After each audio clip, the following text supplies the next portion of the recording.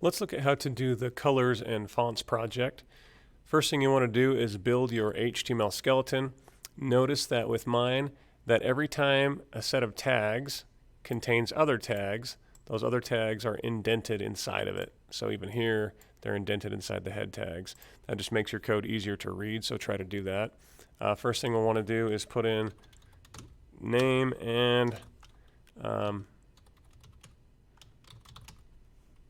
the title, and you can see that shows up here in the title for the page.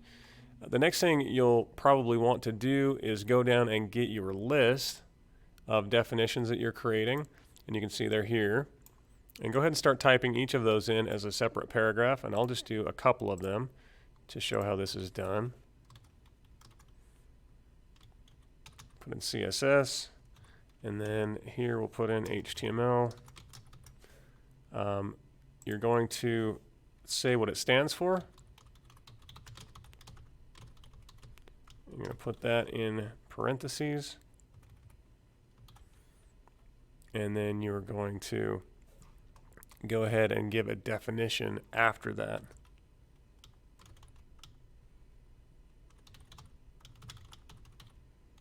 You can go ahead and look up your own definitions and just kind of make one in your head that makes sense to you, a simple version, and put that there. So here we've got one. I'm going to go ahead and make this a little different in size. And then down here for HTML, stands for Hypertext Markup Language. And we're going to put that in parentheses, and then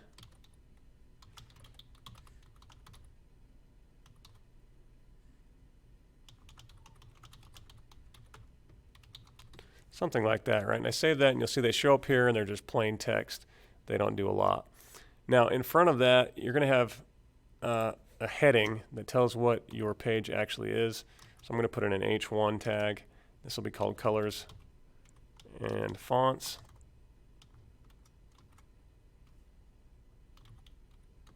That's how you actually do the and sign.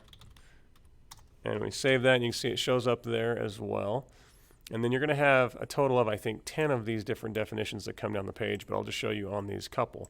And just to make it easier to visually see, I'm going to separate these a little bit so you can understand what we're doing. You're going to want to do several things here. The first thing is for the H1, you want to give it a different color, and you want to also give it a background color. So right here in the H1 tag, we'll do the style that indicates we're using CSS equals quotes. Inside those quotes, we'll first do a background color, background dash color like that, and then you can pick a color. Let's go with Gainsborough, and then you do a semicolon. So your value or your property always ends in a colon, and then the value ends in a semicolon, and you can do as many of those as you want inside those quotes. So we'll go ahead and save that, and you'll see it now has a background color. And I'm then going to change the color for the text. So now I'll do color, semicolon, and then we'll pick something else like Dodger blue, and I'll put a semicolon, and I'll save that, and you can see that that shows up there. So that's one step down. Now, for all of these paragraphs, you're basically going to do the same thing. So once you've done a couple, you can probably copy and paste them and just change out the text. And that way you'll have all the formatting correct. But basically, you're going to make the term and the abbreviation all one color, and then you'll make the definition a different color. You're going to make the entire line a different font from every other line and a different size from every other line. You will make the abbreviation bolded, and you'll make the definition italicized. And that's basically it. So you're going to have 10 different definitions. So that gives you a total of 21 different colors, 11 different fonts and sizes. So it works like that. So basically, here's what we're going to do. So we'll go in here, first of all, onto this first paragraph, and I'm going to give it a color. So style equals quotes, and we'll give it a color.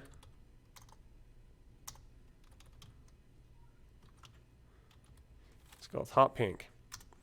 semicolon, and I save it, and you can see it all turns to hot pink.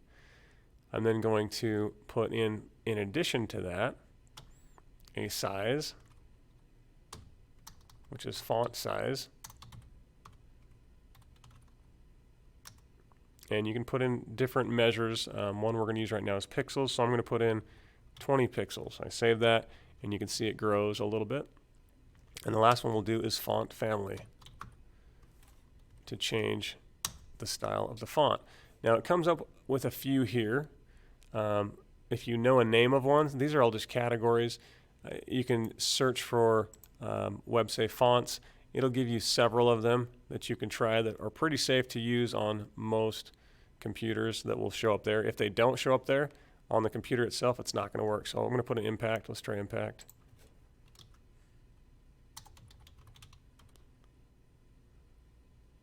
Semicolon will save that. Come back here and look, and you can see it's a little larger. So far, so good. One thing to point out as well is on the color, there's a few ways to do this. So you could put in a color name like this, hot pink, or if we come and look at this list, hot pink can also be created by using hexadecimal. So if I put in a hashtag and then those numbers, so FF69B4, and save that, that should be the same color, but it's not because I put an extra F in, so let's take that out and save it. And you got the same color. You can also get that same exact thing by using RGB values. And here's how that would work. So basically, you're going to do the same type of thing. You're going to take that out. You're going to put in RGB, and you're going to put in 2 parentheses, and you're going to put those numbers in. So we've got 255, 105, and 180. And then we save that, we go look, and it's the exact same color. So there's several different ways to create colors. The benefit of using the hexadecimal code with the hashtag is it gives you a lot more colors, as does RGB. There's a limited number of colors that just have names, but you can get basically any color using these two. The bonus or benefit of using RGB is you can also use RGBA.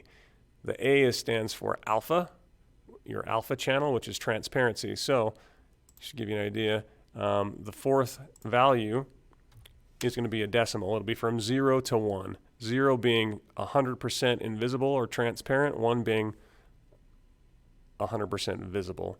So if I put in 0.5 and I save that, you can see this goes lighter. If I put in a 0, it's going to go completely invisible. 0.1 be barely visible. So that's RGBA values. So for now, we'll leave it as 1, so it's completely visible. Right, so we have it. Now we've got our first line, we've got our term and a definition there. Next thing we need to do is take the abbreviation here and put it in strong tags, which will basically make it bolded. So I'm going to cut that, paste that. So that is surrounded in strong tags. We save that, and that goes bolded right there. And then the definition right here, we want to put in M tags or emphasis to make it italicized.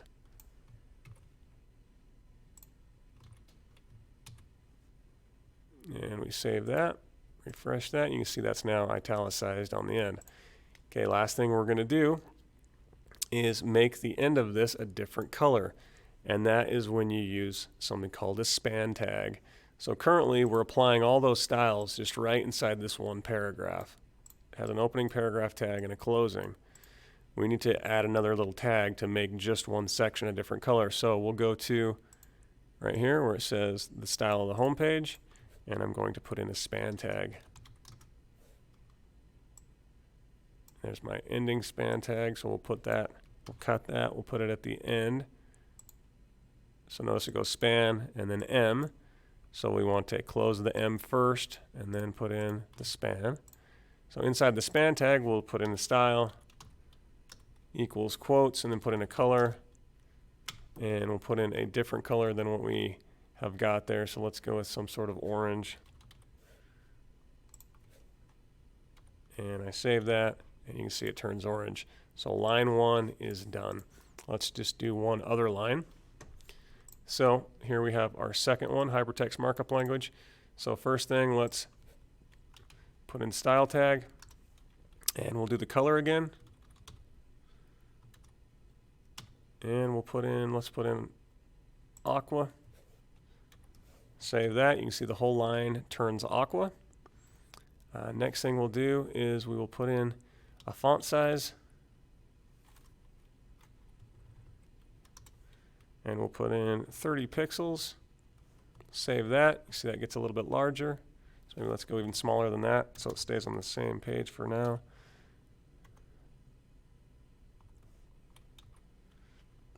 And then we will put in a font family. Now, 2 of the font families that you use, at least 2 need to be Google fonts. So you could use most of them that are already located on your computer itself, but there are way more fonts, more variety, more style if you go to Google Fonts, and you could use all of them in Google Fonts if you want. So here's how you use Google Fonts. If you go search Google Fonts, it'll pull up all these different types. Let's do something pretty unique. So I'm going to do just display the handwriting styles. So this is pretty unique. Let's use this one. So in order to use it, and you can do this for multiple of them, you can add several of them, but you will hit the plus. And you can do this for multiple, like I said. If you're going to use multiple, then go ahead and add them all at once. But once you get it, you're going to click on this. It'll open up, and you're going to take this line and copy it, and you're going to paste it up here in the head tags, between those 2 head tags. That's telling your page to go look on Google Fonts to be able to use this. And then the next thing you do is use the font family, and you use that name, just like you see we have already font family. So I will just take font family, I'll take that whole line and copy it. And then let's see, font family, and I'll paste it right there. Now notice it's got the name of the font and then cursive, which is basically telling it if something happens and this doesn't work, then try this next. And that's basically just telling it to try any sort of cursive font. But if we do that, we can come back here, we can save it, and you'll see it turns into this different style. And you can do that for multiple, but you need to do it for at least 2. Next thing we want to do is put strong tags around the abbreviation to make that bolded. So that's now bold right here. And then we'll put italics tags, M tags, around the definition itself. We'll save that. You can see now the definition is italicized. And then finally, we're going to change this to a different color. So we will go to right here where the definition starts. So we'll go in front of M, and we'll put a span tag. And we'll put the closing span tag once again. It goes span and then M, so M needs to close first. And then we'll paste the span tag. And then we'll go inside the span tag, and we'll put in style. We'll put in a color.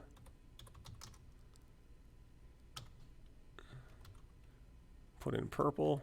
We'll save that, and you can see it changes. So you're going to have 10 different definitions.